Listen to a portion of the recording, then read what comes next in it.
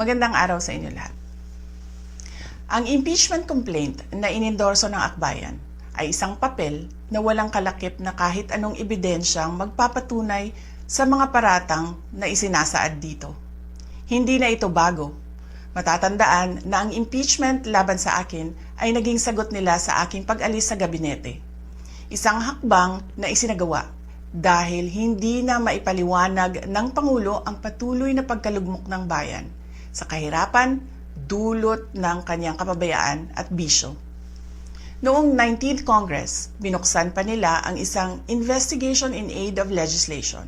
Hindi upang lumikha ng batas, kundi upang magsagawa ng isang malinaw na fishing expedition para sa planadong impeachment laban sa akin. Paulit-ulit nilang ibinandera ang isyung Mary Grace Piatos bilang umano'y bahid ng katiwalian.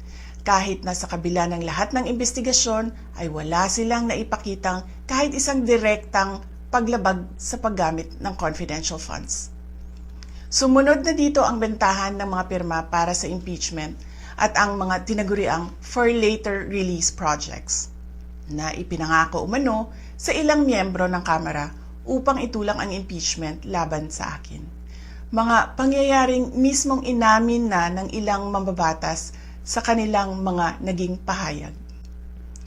Mga kababayan, walang kredibilidad ang akbayan upang mag-endorso o magsumite ng impeachment complaint. Ilang ulit ng hayagang ipinahayag ng kanilang pinuno ang kanyang intensyong tumakbo sa pagkapangulo. Isang malinaw na indikasyon ng pampulitikang motibo sa likod ng kanilang mga hakbang. Huwag nating kalimutan ang makasaysayang talumpati noong Agosto 2024 ni Risa Ontiveros, kung saan malinaw niyang inilahad ang tunay na motibo ng akbayan bilang isang grupo. At habang ang anak niya ay may kapangyarihan pa, hindi magiging madali ang ating laban. While VP Sara is in power, the threat of a full-blown Duterte comeback is still a very real and present danger. For one, they are supported by one major superpower, China. Kaya malinaw na lahat ng ito ay isang uri ng harassment at pang-aabuso sa proseso ng impeachment ng grupong akbayan.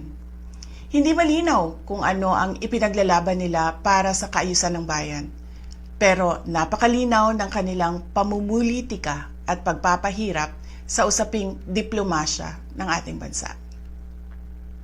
Sa huli, ang tunay na laban ay hindi lamang laban ng iisang tao o iisang grupo. Ito ay laban para sa katotohanan at sa dangal ng ating bansa. Naway magsilbi itong paalala sa ating lahat na ang kapangyarihan ng impeachment ay hindi dapat ginagawang sandata ng politika, kundi isang banal na proseso para sa hustisya at pananagutan. Sapagkat kapag nanaig ang abuso, ang tunay na talunan ay ang sambayanang Pilipino. Syukran. Isang bagsak lang. Anong masasabi mo ng sinasabi ng mga Marcos vlogger na si BBM daw ang bayani sa pagbulgar ng mga korupsyon? Sabi po yan ng mga Marcos vlogger. Hindi siya bayani dahil isa siya sa mga korap na nagnakaw ng pera ng taong bayan. Kami mga Ilocano, isinusukan na namin siya. Pero sa totoo lang, love namin siya in the beginning. Pero sa totoo lang, kung meron kang girlfriend at niloloko ka niya, may kipag-break ka ba o hindi? Lahat ng mga Ilocano nakipag-break na kami sa kanya at itinatakwil na namin siya. Ayaw na namin siyang maging leader.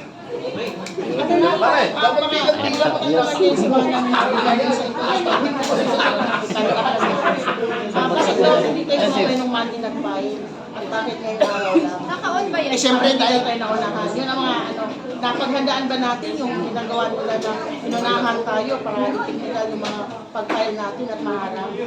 diligent kami. Yung nag-file ng Monday, hindi magaling kaya mabilis gumawa. Kung bulok talaga ang complaint mo at mahina kang abogado, hindi ka marunong mag-attach ng mga dokumento, ebidensya, ng maayos na videos at mga proof ng iyong mga allegation. Ang bilis mo talaga gumawa. pero wala kang kwentang abogado. Ang isang abogado na magaling, matagal magprepara para high quality at sure ang impeachment. Kaya nag-file kami agad-agad this week at medyo natagalan ng ilang araw. Yung difference ng several days between filing ng Monday at yung file namin kahapon, ang laking difference ng quality. Nakita nyo naman, maleta versus sa ilang pages na nabilan ng Monday. So last year po ba, ano na po ang mag-file ng impeachment or itong January? Pwede pinaghandaan na natin yan simula pa lumabas yung unang issue na involved si BBM sa pagnanakaw ng kaban ng bayan. Dahil obligasyon po ng bawat Pilipino, once nakita mo ng iyong leader ay nagnanakaw ng pera, i-avail mo dapat ang sarili mo sa binibigay ng konstitusyon para siya ay matanggal dahil hindi tayo pwedeng mag-office na pamunuan tayo ng mga magnanakaw. Kung anumang avenue ang ibinibigay ng konstitusyon para tanggalin ang isang korap na leader, kailangan nating gawin. Kaya handang-handa kami para sa impeachment na ito. Kaso nga lang, pinagana tayo pa. If ever attorney, titignan natin yung legal side. Every time gagawa talaga sila ng maraming penalty. So, maaasahan natin itong reklamo natin mapupunta na sa Supreme Court.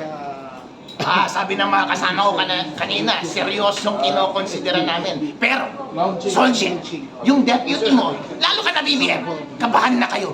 Dahil hindi kami titigil at hahabulin namin kayo. Kami, yung grupo namin, kami yung tipong hindi nagpapatalo. Kilala nyo kami. Mabuhay! Yeah, man! Sir, isa na lang. Isang bansa! Bakit hindi tinanggap yung isang baleta yung reklamo, tinanggap lang yung 4 na pirasong papel? Dahil kurap silang lahat! Yes! Attorney, Ate Melby po, merong press con kahapon sa Malacanang at ayon kay Claire Castro, anya, ang mga inapila niyo daw po ay story weaving.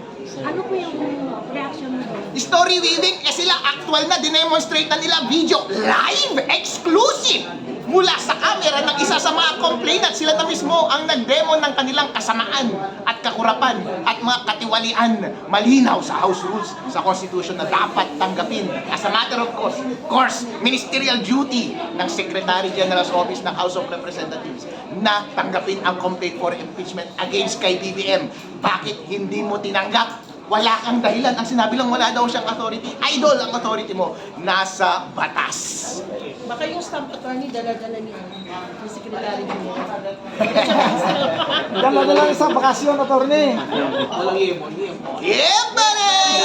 Attorney. Isa pa. Sir, isa na lang. Attorney, sa tingin po ninyo, may patutunguhan kaya ang ginagawang pagdinig dyan sa Blue Ribbon Committee na pinamumunuan ni Senator Ping Lacson? Merong patutunguhan hanggat hindi tayo sumusuko. Tandaan natin mga kababayan, ang kapangyarihan sa ating lipunan ay nasa sa atin lamang. Kaya huwag tayong tumigil na magsalita at isiwalat ang kanilang kabulukan para maudyukan ang ating mga representatives sa Senado, sa Congress, at sa mga nag-occupy ng ating mga public office na sundin kung ano ang gusto natin. Kapag once tumahimik tayo, hindi na rin aandar yung Blue Ribbon. Hindi na rin aandar rin ang impeachment. Pero kapag sabay-sabay tayong sumigaw na dapat managot ang lahat ng nagnanakaw sa ating bansa, mapipilitan silang sundin tayo at dinggin ang ating damdamin dahil yan ang obligasyon nila sa atin. Message lang po kay BBM! BBM, I love you, buddy, but get out! Yeah! I love you pa rin, but get out! Get out! I love you pa rin, but get out!